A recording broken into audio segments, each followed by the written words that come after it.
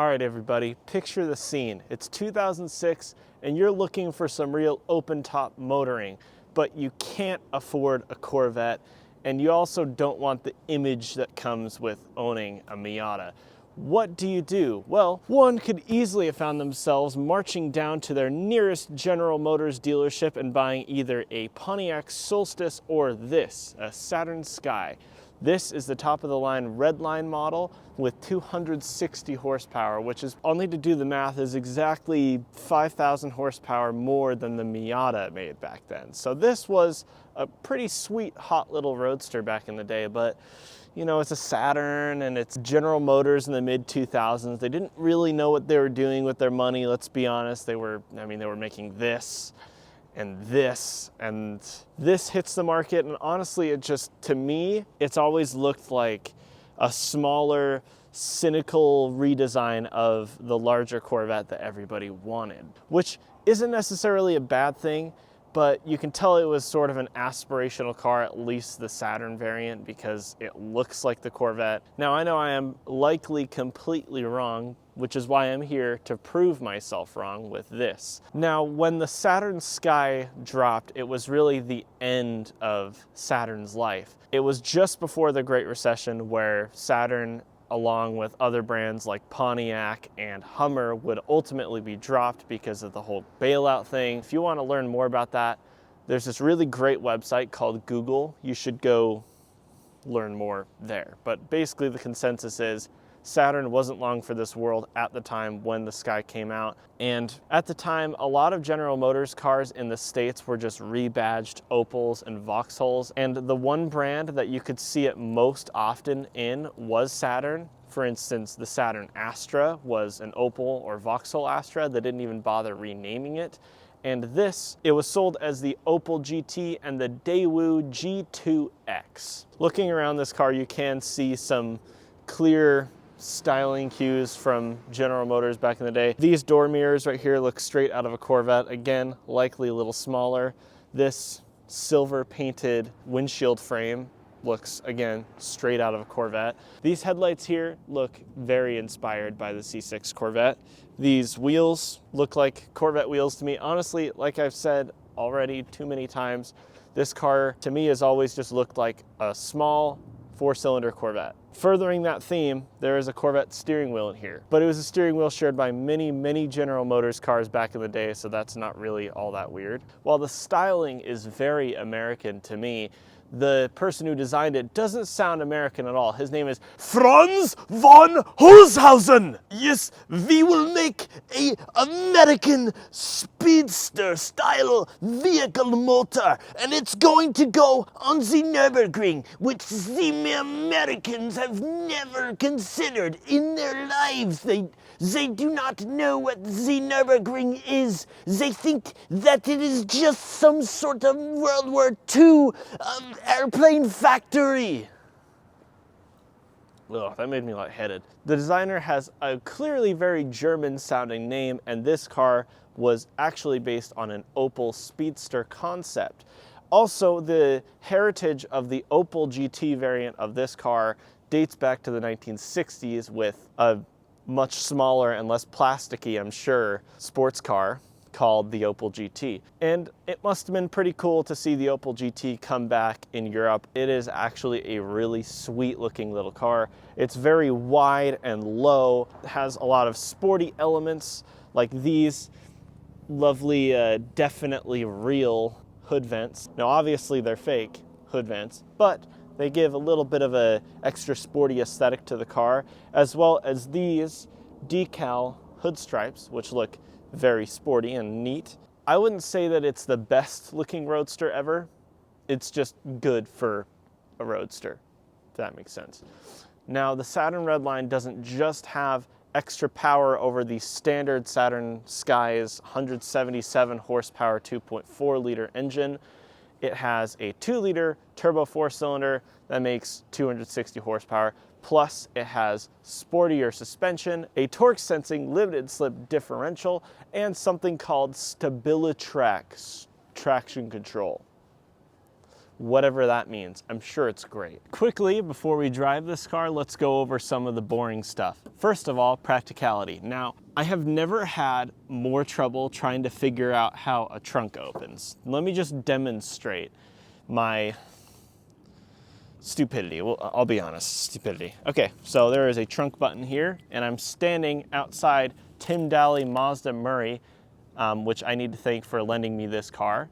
This car is also up for sale. I'm gonna post a link to their listing in the description, so check it out. So I'm standing outside the car. I'm like, all right, gotta put my tripod and my bag in the back. Oh, here's the key. Okay, that button right there, that has a car with a trunk open on it. All right, let's press it. Okay, the trunk didn't open. How does this, how does this open? How to open the trunk on a Saturn Sky. After 20 minutes of standing around this car looking like an idiot, yeah. Well, this is here, and that's not very useful, so you kind of have to work around it. So you only have the outskirts of the trunk itself to use, which means you can pretty much only put like a bag back here. I'll be honest, I have no clue what that is there for. No clue at all. Enlighten me in the comments. Yeah, it's just not really that useful back here. But it's a little Roadster, so it's nice that you have some space. And I think it's kind of funny that there's still one of those mandatory emergency trunk release buttons for if you're kidnapped and you're put in the back of a Saturn Sky Redline. Now, for somebody to fit back here, you're gonna have to be extremely uncomfortable, like folding yourself, your legs around here. And to be honest, you'd probably want to be killed and buried anyways if you were stuffed back here. So I'm not sure what that is useful for. This is the process for closing. You just slam it shut, and then you have to put those things back down, and you're good to go. Let's just see how the top goes down, shall we? So it already took us 20 minutes earlier to figure out how this opens. We're just gonna pop this, open the door. Now this should be unlatched. On this side too. Truly a marvel of American engineering, this thing.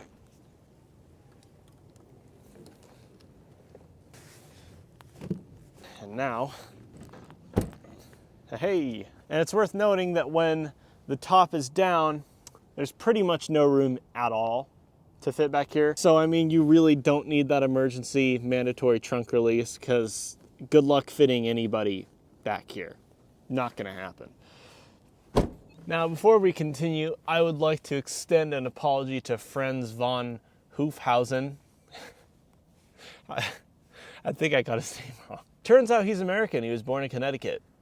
But there's nothing American about that name. Nothing at all. Now we are going to just test comfort and interior quality, things like that. So this is the part of every Saturn review where it gets, you know, the tone turns a little bit negative and comedic. Let's just say that. All right, so now I am 6'3", which normally I mention when I'm getting in the back seat of a car, but it's a little bit tight in here. I've got my seat all the way back, and I really can't stretch out because my knees hit the dashboard, and the pedals are really close to my feet as well. It's a little bit tricky to get comfortable in here if you're freakishly tall like I am. Again, I'm facing this General Motors steering wheel, which, thanks to the Redline package, is leather wrapped and has some red stitching. So it looks very sporty, but there's nothing to take away from the fact that it's just a Chevy HHR steering wheel. I mean, you'll find this in your Chevy Malibu of the day. It's just not really all that special. And honestly, the Saturn badge makes it look worse because it's a Saturn. But here's the thing, you guys. We all know it.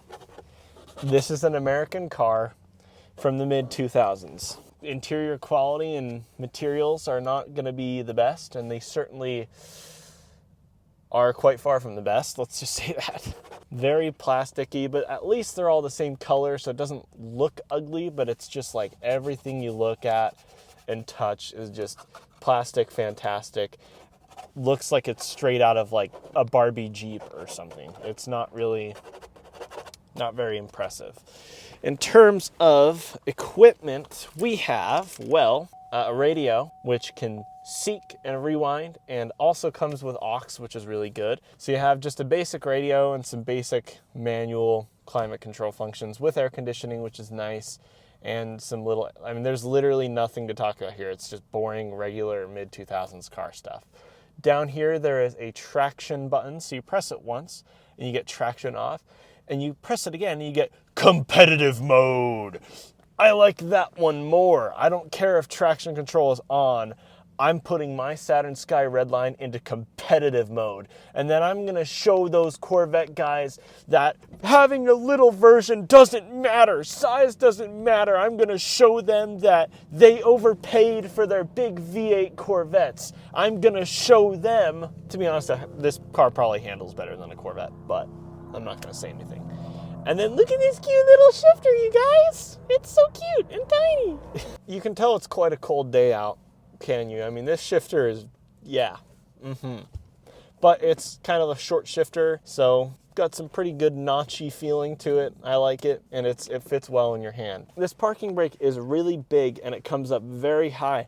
So to release it, you kind of have to like really stretch your arm out, and this is a bit of an awkward pose to have. When I imagine you get out of the gym, you've been, you know, lifting weights, and then you're like this would really suck. And I also really like this panel above that matches the color of the car, and it has the Saturn logo in all of its glory. Now it is time to open the hood and look at the engine. Ooh!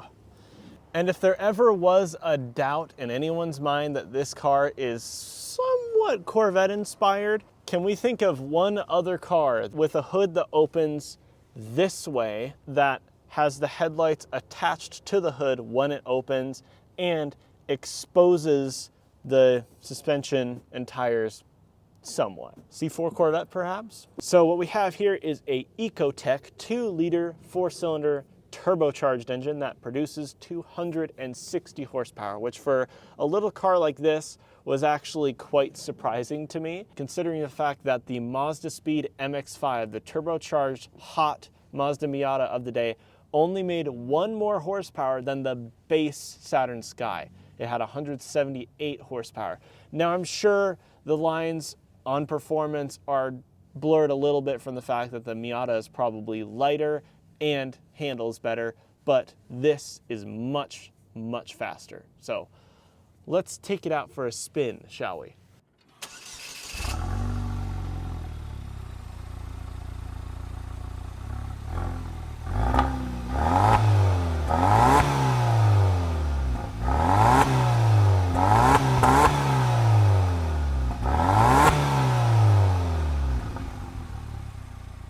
It is early January, but I'm a man and I can handle the cold weather.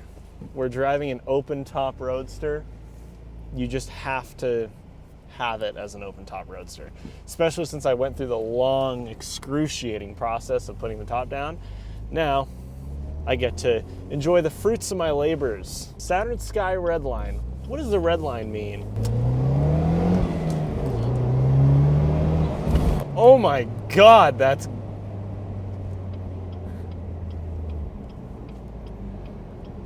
Wow, that's actually a lot fruitier than I was expecting it to be.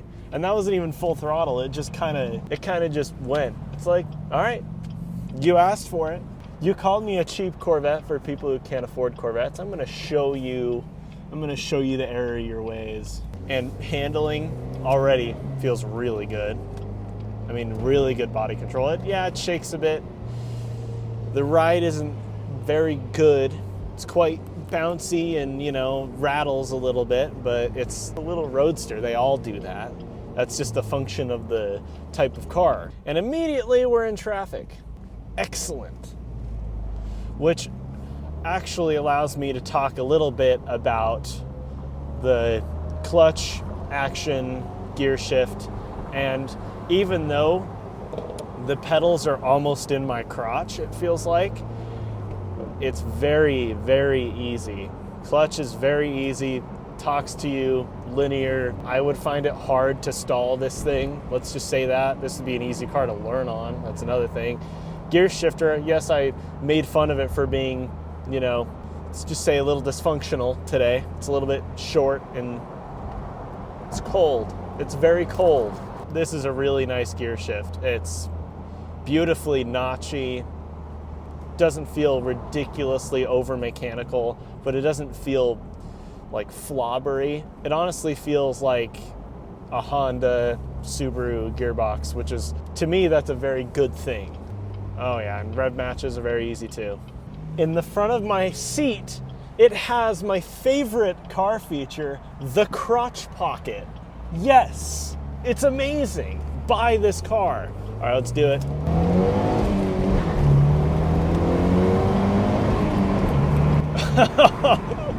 That is hilarious. It was spinning its wheels and wow.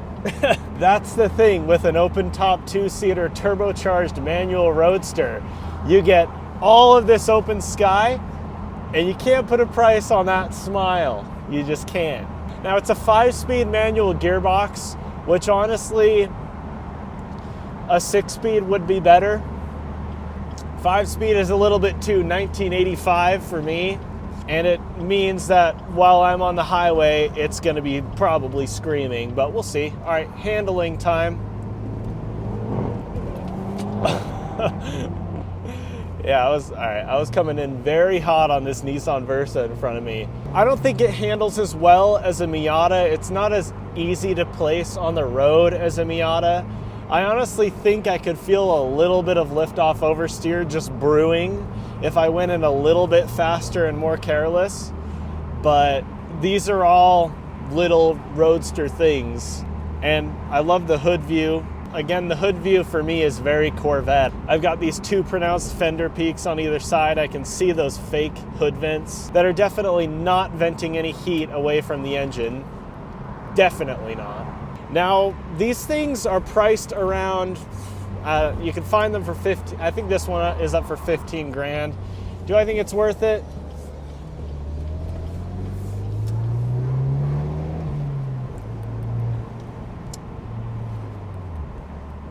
Yeah. Yeah. People don't talk about these a lot, but when they do, it's generally positive. People say that it's an underrated car, and I can definitely feel that, especially when I straighten the wheel out.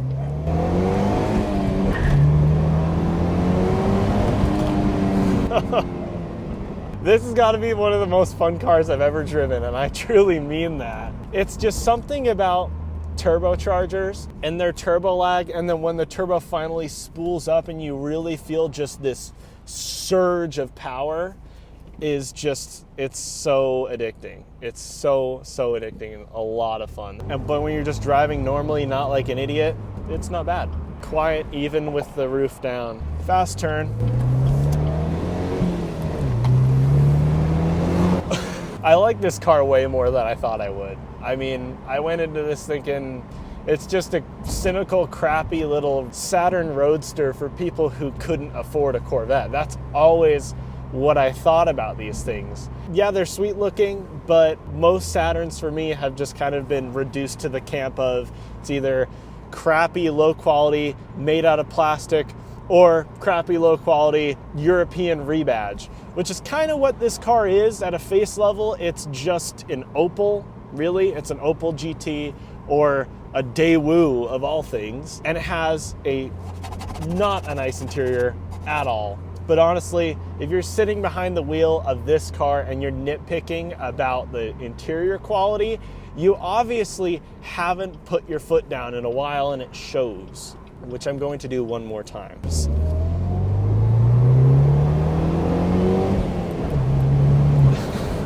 The turbo lag in this car isn't bad at all. Put your foot down at lower RPMs, you definitely feel a lack of power, but that lack of power doesn't last for very long. You pretty much immediately start to feel the turbo wake up and really start pulling on you. Absolutely a fantastic car. Everybody, that's gonna do it for me on this video. I hope everybody enjoyed. Like and subscribe, comment if you want to, do all the normal YouTube stuff.